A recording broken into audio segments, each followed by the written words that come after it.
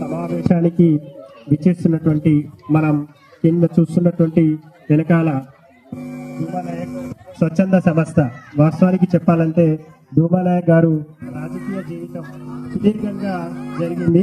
వారిలో ఎంతో సహకారం ఉంటే గాని వారి ధూమానాయక్ గారి శ్రీమతి వేమునబాయి గారు ఇప్పుడే వేదికపై వస్తున్నారు. వారి సహకారంతోనే రాజకీయ జీవితం కూడా చాలా అద్భుతంగా జరిగింది. మరి ధూమానాయక్ గారి శ్రీమతి గారిని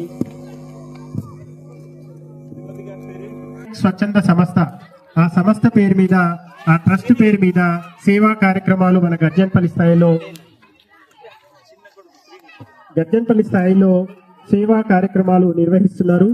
వారి తనయులు మన చిన్న కుమారుడు శ్రీహరి నాయక్ గారు, అలాగే పెద్ద కుమారుడు రామరెడ్డి నాయక్ గారు కోడలు సమక్షంలో ఇక్కడ విద్యను అభ్యసిస్తున్నటువంటి విద్యార్థులందరికీ కూడా వారి చేతుల మీదుగా వాళ్ళు బహుకరిస్తున్నారు. డైరీ, టై, బెల్, ఐడి వంటి విద్యార్థులకు ఎంతో ఉపయోగకరమైన సామాన్